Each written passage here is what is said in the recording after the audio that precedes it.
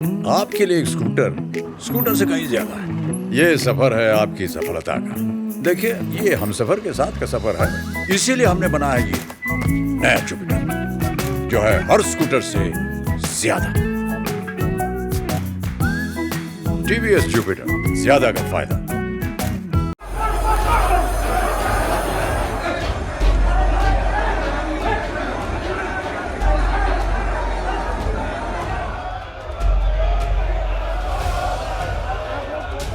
विधानसभा में हंगामा करते विधायक, बिल की कॉपी फाड़ते नेता प्रतिपक्ष।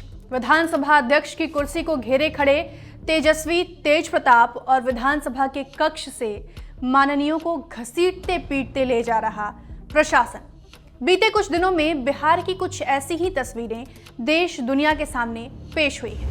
कारण बना वो विधेयक जिसे विपक्ष काला बता रहा है। ये दावा कर रहा है कि अगर ये कानून बन गया तो जानबूझकर शिक्षाविदों, समाजसेवियों, पत्रकारों, एक्टिविस्ट और विपक्षी पार्टियों को निशाना बनाया जाएगा।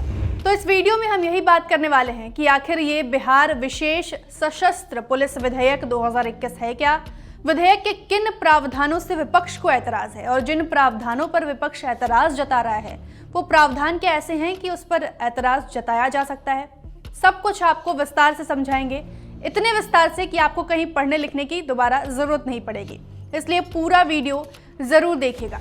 सबसे पहले आपको बताते हैं, समझाते हैं कि सशस्त्र पुलिस बल यानी स्पेशल आर्म्ड पुलिस होता क्या है।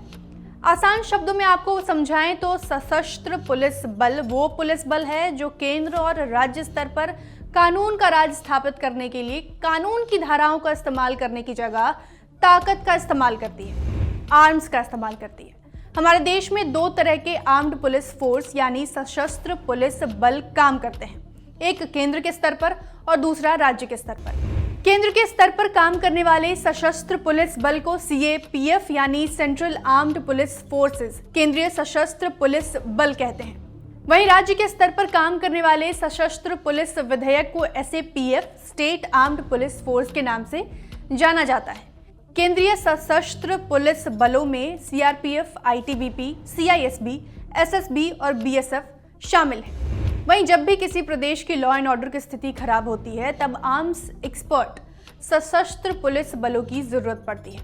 इनका काम, इनकी जिम्मेदारियां आम पुलिस कर्मियों से अलग है। ये ज्यादातर आम लोगों के संपर्क में नहीं होती अनटिल और अनलेस राज्य स्तर पर किसी बड़े आयोजन की प्लानिंग ना हो रही हो, दंगा ना हुआ हो या कोई प्राकृतिक आपदा ना आई हो, नक्सली हमला ना हुआ हो। इन्हीं अनवांटेड परिस्थितियों को ध्यान में रखते हुए हर प्रदेश में ऐसी एक फोर्स मौजूद है जो अलग अलग नामों से जानी जाती है, जैसे special arms police, armed constabulary, provincial armed constabulary, state military police आदि। बिहार में भी आर्म्ड पुलिस फोर्स मौजूद है जिन्हें बिहार मिलिट्री पुलिस यानी BMP के नाम से जाना जाता है। लेकिन केंद्र सरकार चाहती है कि राज्य सरकारों को अपने आर्म्ड पुलिस फोर्सेस को मिलिट्री पुलिस नहीं कहना चाहिए, इन्हें हर जगह स्टेट आर्म्ड पुलिस फोर्सेस के नाम से जाना जाए। इसी बात को ध्यान में रखते हुए नए विधेयक में बिहार सरकार ने बिहार मिलिट्री फोर्स का नाम बदलकर स्टेट आर्म्ड पुलिस फोर्स कर दिया है। विधेयक में और क्या है? विधेयक की कॉपी अगर आप देखेंगे तो कुल 23 विषय सूची आपको नजर आएगी। बिहार विशेष पुलिस सशस्त्र बल का गठन किस कार्य के लिए किया जा रहा है, इनको कौन कौन सी शक्तियां मिली हैं, इनकी श्रेणियां क्या होंगी, सभी जानकारियां इस विधेयक में डिस्क्राइब्ड हैं, उल्लेखित हैं। विधेयक में साफ तौर पर लिखा है कि विशेष सशस्त्र पुलिस लोक व्यवस्था का संधारण, उग्रवाद से मुकाबला, प्रतिष्ठानों की बेहतर संरक्षा और सुरक्षा सुनिश्चित करेगी, साथ ही ऐसे अन्य कर्तव्यों का निर्वहन करेगी जो राज्य सरकार द्वारा अधिसूचित किया जाएगा। यानी राज्य की सामान्य पुलिस से सशस्त्र पुलिस का काम बिल्कुल अलग होगा, ये एक अलग बॉडी होगी। पुलिस बल को मिलने वाली शक्तियों में बिना वारंट तलाशी लेने, बिना वारंट गिरफ्तार करने, केवल शक के आधार पर गिरफ्तार करने जैसी छूट है। मामले में अगर बिहार विशेष सशस्त्र पुलिस के किसी भी अधिकारी पर कोई आरोप लगता है तो कोर्ट सेल्फ कॉग्निजेंस यानी खुद से संज्ञान इस मामले में नहीं ले पाएगा। सरकार का कहना है कि केंद्रीय औद्योगिक सुरक्षा बल की तर्ज पर ही बिहार सशस्त्र पुलिस बल को ये अधिकार दिए गए हैं। CISF की तरह ही बिहार स्पेशल पुलिस सशस्त्र बल एयरपोर्ट, मेट्रो और ऐतिहासिक धरोहरों जैसे बोधगया की सुरक्षा करेगा। बिहार मिलिट्री पुलिस को अब तक बिना वारंट तलाशी लेने या गिरफ्तारी करने का अधिकार नहीं था। इस विधेयक के जरिए ये अधिकार उन्हें दिए जा रहे हैं, लेकिन ये अधिकार केवल उन्हीं जगहों पर रहेंगे जहां उन्हें सुरक्षा में लगाया जाएगा।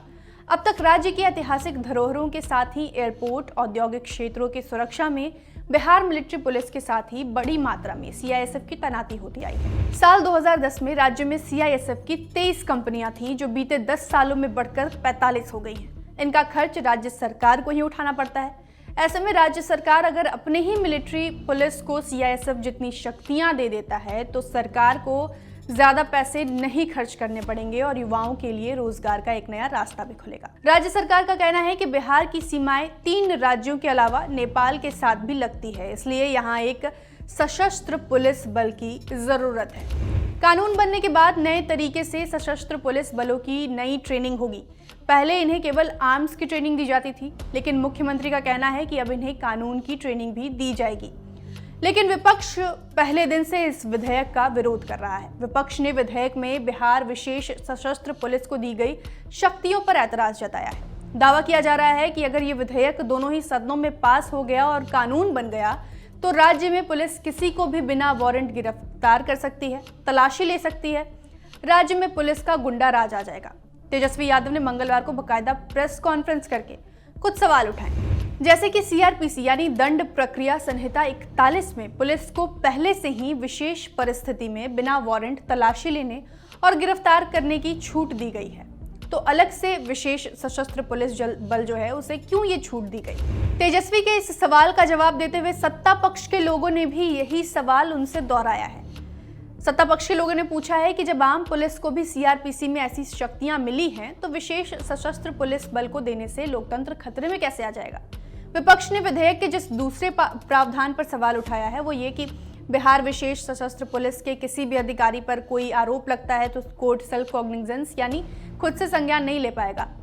तो इस मामले में आपको बता दें कि सीआरपीसी 197 में विशेष परिस्थितियों में आम पुलिस को भी ये शक्तियां दी गई हैं, ये अधिकार हैं कि अगर किसी मामले में उन पर कोई शख्स जो है वो आरोप लगाता है उनके खिलाफ, तो कोर्ट जो है इस मामले में सेल्फ कॉग्निजेंस नहीं ले सकता है। तो आम पुलिस के लिए भी ये अधिकार सीआरपीसी में निहित है। क्या सरकार विपक्ष को इस बिल के सभी प्रावधान ठीक से समझा नहीं पाई या विपक्ष जानबूझकर इसे समझना ही नहीं चाहती?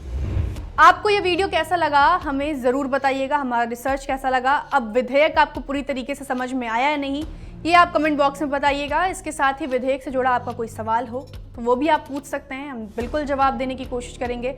अगर वीडियो पसंद आया तो लाइक करें, कमेंट करें, अपने दोस्तों के बीच साझा करें और हमारा चैनल यानी बिहार तक सब्सक्राइब करना बिल्कुल भी ना भूलें। आप देख रहे थे बिहार तक और मैं थी आपके साथ प्रेरणा। शुक्रिया।